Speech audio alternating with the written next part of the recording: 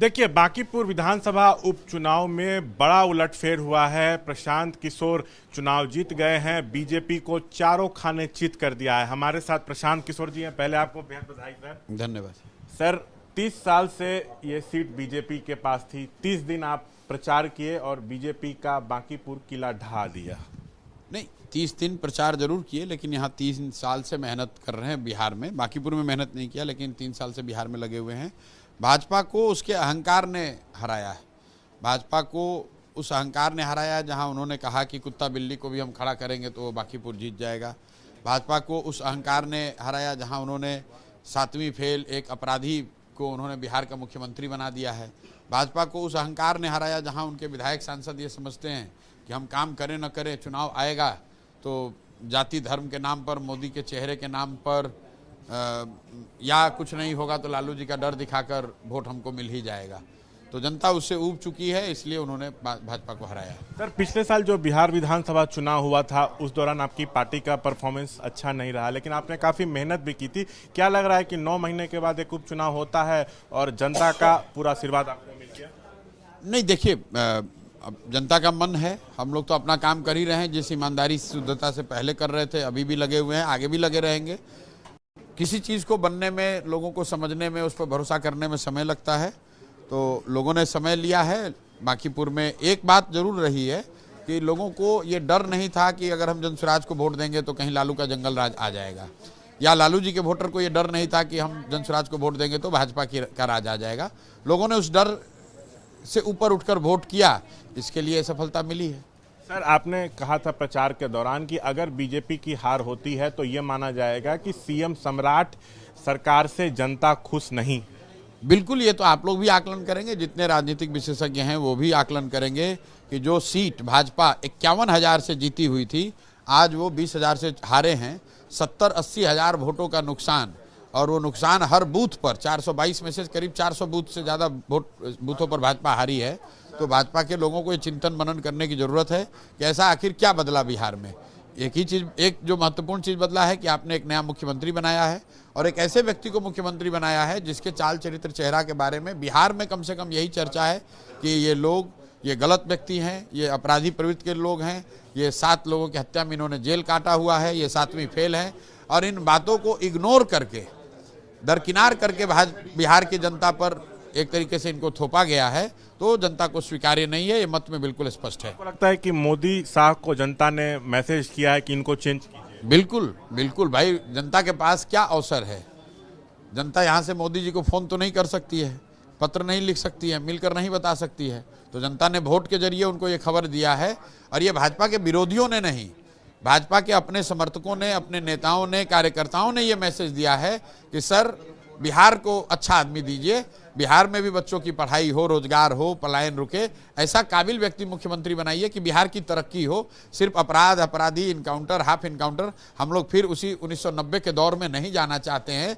और जिस व्यक्ति को भाजपा ने मुख्यमंत्री बनाया है, ये 90 के दौर के कुख्यात व्यक्ति हैं, जेल काटे हुए हैं। ऐसे व्यक्ति को बिहार की जनता स्वीकार्य नहीं करना चाहती है। सर, लग रहा है कि अब आप विपक्ष का चेहरा हो जाएंगे। आरजेडी की तो जमानत जब्त हो गई। भाई, विपक्ष के नेता हैं तेजस्वी यादव, वही रहेंगे, और हम बनना भी नहीं चाहते हैं विपक्ष का नेता।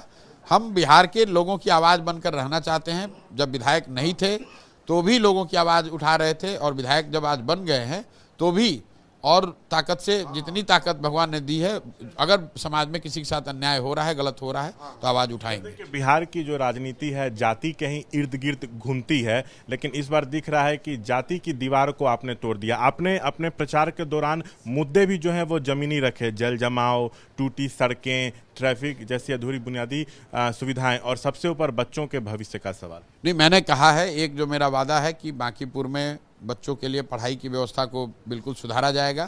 खासकर जो गरीब इलाके हैं बांकीपुर में, वहाँ के सरकारी विद्यालयों में गुणात्मक सुधार आपको 1 साल में दिखेगा।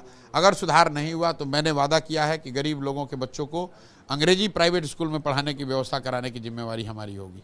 सर, आगे यूपी में भी चुनाव होना है, उसको लेके कोई प्लान आपका, या बिहार पे ही अभी फोकस रखेंगे? कोई प्लान नहीं है। मैं बिहार आया हूं और 10 साल मैंने पहले कहा है कि बिहार में ही मरना खपना चाहते हैं। बिहार को सुधारे बगैर कहीं इधर उधर जाने का सवाल नहीं। जदयू नेताओं की ओर से बयानबाजी शुरू हो गई कि नीतीश के चेहरे के बगैर ये चुनाव लड़ा गया, इसलिए ऐसे नतीजे आए हैं। अब वो जाने, जदयू वाले जाने और भाजपा वाले जाने, वो हमारा विषय नहीं है। अब चर्चा इसकी तेज है कि क्या आप नीतीश कुमार की जगह बिहार में लेंगे? नहीं भैया, हम तो अभी एक विधायक अभी बने हैं, हमारी ऐसी कोई महत्वाकांक्षा नहीं। हमारी एक ही महत्वाकांक्षा है, अपने जीवन काल में एक दिन ऐसा देखें जब लोग बाहर से बिहार में पढ़ाई और रोजगार करने आए। बस मेरे जीवन का यही महत्वाकांक्षा अभी है। इसके अलावा कौन कहाँ जा रहा है, नहीं आ रहा है, कौन विधायक, कौन सांसद, कौन समीकरण, उससे कोई लेना देना नहीं। अच्छा, बांकीपुर की जनता आपको सुन रही है, उनसे क्या कहना चाहेंगे? क्या आप ऐसा करेंगे जो अन्य विधायक अब तक अपनी क्षेत्र में नहीं कर पाए? भाई,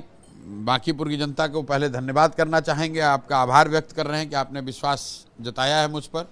जिन लोगों ने वोट दिया है उनका भी आभार व्यक्त कर रहे हैं। जिन्होंने वोट नहीं दिया है, आप भी निश्चिंत रहिए, आप भी मेरे लिए उतने ही महत्वपूर्ण हैं। आपका विश्वास जीतने के लिए भी और मेहनत करेंगे, आपके साथ मिलकर काम करेंगे। 3 बातें जो मैंने कही है, एक, बांकीपुर की जनता इस बात के लिए निश्चिंत हो जाए कि आपका प्रतिनिधि और आपके प्रतिनिधि से जुड़े हुए किसी मामले में 1 पैसे का भी भ्रष्टाचार नहीं होगा। विधायक से जुड़े हुए किसी मामले में 1 पैसे का भ्रष्टाचार नहीं होगा। दूसरी बात जो मैंने बांकीपुर की जनता को आश्वस्त किया है कि मेरे आचार विचार व्यवहार से कभी आपको शर्मिंदगी नहीं उठानी पड़ेगी। तीसरी बात मैंने जो कहा है कि बांकीपुर के गरीब लोग जो लोग हैं, जो अपने बच्चों की पढ़ाई के लिए चिंतित हैं, उनके बच्चों की पढ़ाई के लिए सरकारी स्कूल में गुणात्मक सुधार होगा। नहीं सुधार होगा तो साल भर के अंदर उनके बच्चों को अंग्रेजी स्कूल में पढ़ाने का जिम्मा हमारा होगा। और चौथी और अंतिम बात जो मैंने कही है कि बांकीपुर भी बेहतर, बंगलोर जैसा बने, बंगलोर से बेहतर बने, उसके लिए एक ब्लूप्रिंट बनाकर, मैं रिपीट कर रहा हूं, काट कर मत चलाइएगा, उसका एक ब्लूप्रिंट बनाकर पब्लिक डोमेन में रखेंगे। क्योंकि विधायक कोई बांकीपुर को बंगलोर नहीं बना सकता है, लेकिन इसका ब्लूप्रिंट बनाकर जरूर देंगे कि बांकीपुर भी एक नए एज टाउन के सिटी के तरह कैसे डेवलप हो सकता है। वो ब्लूप्रिंट बनाकर अगले साल 1.5 साल में जनता के बीच में रखेंगे। आपको लगता है सर, ये जो हार का कारण है बीजेपी का, इसमें यह भी एक कारण हो सकता है कि जिस तरह से छात्रों का उग्र प्रदर्शन हुआ पेपर लीक को लेकर, एक भरत तिवारी एनकाउंटर मामला भी आया, माहौल बनाने की कोशिश की गई, सरकार सवर्ण विरोधी है। एकदम कॉज एंड इफेक्ट करना तो मुश्किल है, सारे मुद्दों का असर होता है, लेकिन मुझे नहीं लगता है कि छात्रों के आंदोलन की वजह से वोट में कोई फर्क पड़ा होगा। क्योंकि छात्रों ने जाकर वोट नहीं किया है। जो वोटिंग परसेंटेज है, जो लोग वोट देने गए हैं, उसमें युवा साथियों की संख्या, जेनजी की संख्या बहुत नहीं रही है। सामान्य जो भाजपा का वोटर है, राजद का वोटर है, वही वोट करने गया है, लेकिन उसने इस बार एक नए विकल्प को चुना है।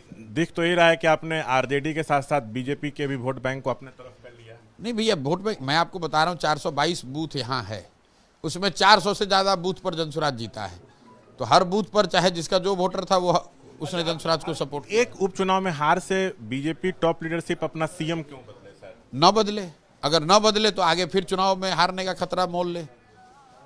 भाई, ये तो आप पर है ना कि अगर आप एक एग्जाम में फेल होते हैं और आप अपना रवैया न बदलें, पढ़ाई करने का तरीका न बदलें, तो ये आपके पास रिस्क है कि आप फाइनल एग्जाम भी हार सकते हैं।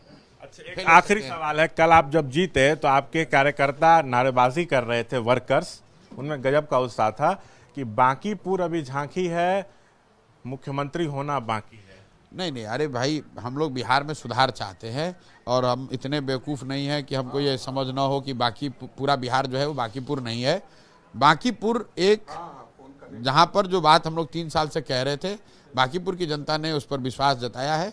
अब बांकीपुर में लगकर काम करेंगे और कोशिश करेंगे कि बिहार के लोगों को ये दिखे कि बांकीपुर में लोग जाति, धर्म, नेता और दल से ऊपर उठकर उन्होंने वोट किया तो उनके जीवन में क्या परिवर्तन आया, क्या बेहतरी हुई। अगर वो बेहतरी बांकीपुर में लोगों को दिखेगी तो बिहार के अन्य हिस्सों में भी लोग उसको रेप्लिकेट करेंगे। बहुत बहुत धन्यवाद। ये बातचीत करते हुए प्रशांत किशोर, कैमरा पर्सन शैलेश कुमार सिंह के साथ मैं शशांक कुमार, एबीपी न्यूज़ पटना।